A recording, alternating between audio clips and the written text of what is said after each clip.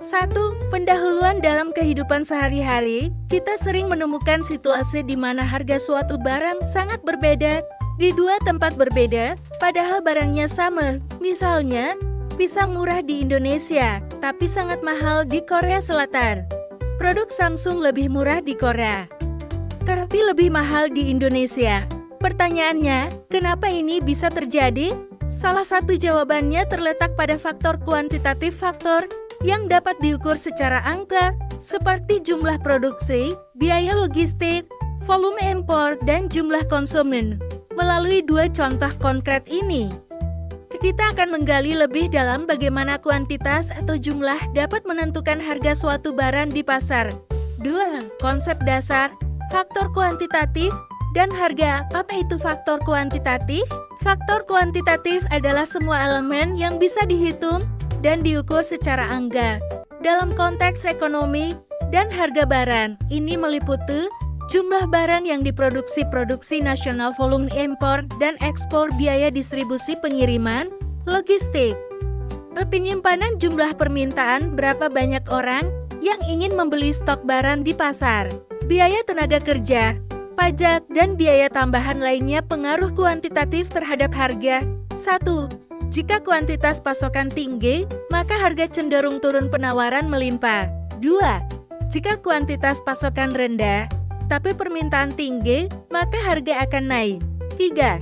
Jika biaya logistik dan distribusi besar, maka harga barang di pasar akan meningkat. 4. Jika produk lokal buatan dalam negeri lebih murah, karena biaya lebih efisien. 3. Studi kasus 1. Harga pisang Indonesia vs Korea Selatan. A. Pisang di Indonesia iklim tropis sangat cocok untuk menanam pisang.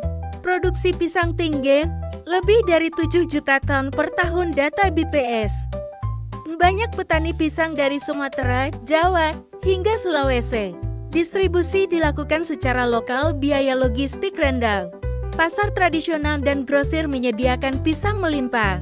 Harga eceran rata-rata Rp10.000 15.000 kg.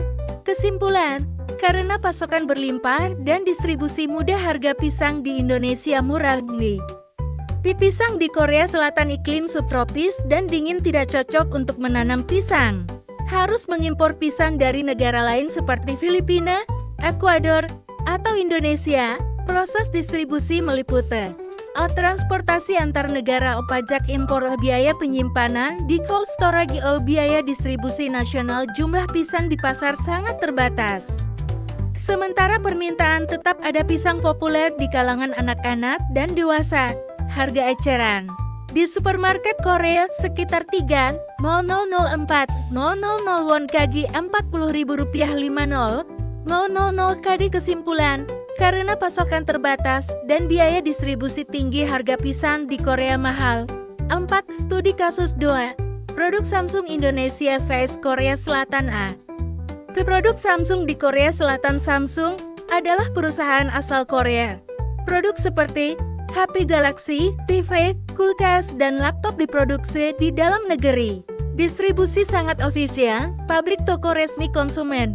Tidak ada biaya impor, pajak bea masuk, atau kendala logistik lintas negara. Penjualan dalam negeri sering diberi subsidi atau diskon promosi nasional. Contoh, Samsung Galaxy S24 Ultra harga di Korea sekitar 1.300 atau 14 juta rupiah, kurs kurang lebih 11/1 won. Kesimpulan, karena produksi lokal dan pasar domestik besar, harga Samsung di Korea lebih murah. B. Produk Samsung di Indonesia. Meskipun Samsung punya pabrik perakitan di Indonesia, untuk model tertentu, komponen utama tetap diimpor. Produk flagship seperti Galaxy S24 Ultra biasanya masih diimpor langsung atau semi-knockdown. Biaya tambahan, pajak impor, PPE, PPh, bea masuk, biaya distribusi, pajak barang mewah, PPN, BMO, biaya retail, dan margin reseller. Harga di Indonesia, Samsung Galaxy S24 Ultra, Rp16.17 juta. Kesimpulan, karena komponen impor dan distribusi yang panjang, harga Samsung lebih mahal di Indonesia. 5. Perbandingan dan refleksi kuantitatif produk negara produksi lokal biaya logistik pajak impo harga pisang Indonesia tinggi rendah. Tidak ada Rp10 15 Rb. Pisang Korea Selatan no tinggi. Ada Rp40 50 Rb produk Samsung Korea Selatan lokal rendah. Tidak ada Rp14 juta produk Samsung Indonesia terbatas tinggi ada Rp17 juta. Apa yang bisa kita simpulkan? Produksi lokal dan kuantitas pasokan yang besar sama dengan harga lebih murah. Barang impor dengan biaya logistik tinggi dan pajak sama dengan harga lebih mahal. Kuantitas pasokan dan permintaan di pasar lokal menentukan nilai harga akhir. Pola konsumsi dan kemampuan distribusi juga berdampak pada harga.